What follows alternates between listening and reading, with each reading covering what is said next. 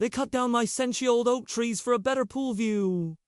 So, I made their fancy backyard legally When I came home from my daughter's wedding weekend, my backyard looked like a war zone. 3 massive oak trees that had stood for more than a century were going reduced to stumps and sawdust. My neighbor, Amanda Sterling, a plastic surgeon with more money than sense, had hired a tree service to remove what she called obstructive vegetation that blocked the view from her new infinity pool. Amanda lived in what she proudly called her architectural masterpiece of glass and steel monstrosity that looked like a spaceship in our historic neighborhood. She had already demolished a 1920s Tudor home to build it, complete with imported marble and even a rooftop helipad that broke zoning laws. For months, she had been hinting that my oaks were ruining her poolside aesthetic. She offered to pay for tree maintenance, which basically meant chopping off all the lower branches. I refused. These trees weren't just part of my property, they were living history. Planted in the 1890s,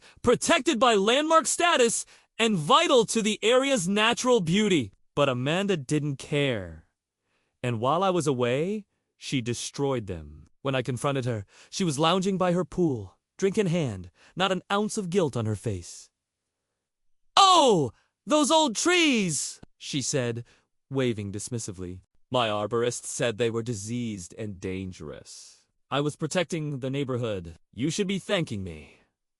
Her so-called arborist was a hack she paid to lie. She even had fake paperwork claiming the removals were an emergency. I called the city forestry department immediately, but her lawyers had already filed emergency permits. It would take weeks to challenge them. That night, I remembered something important. My late aunt, a botanist, had helped designate our hillside as a protected urban forest back in the 19th. Dug through her old files and found the original environmental studies and conservation documents. That's when it hit.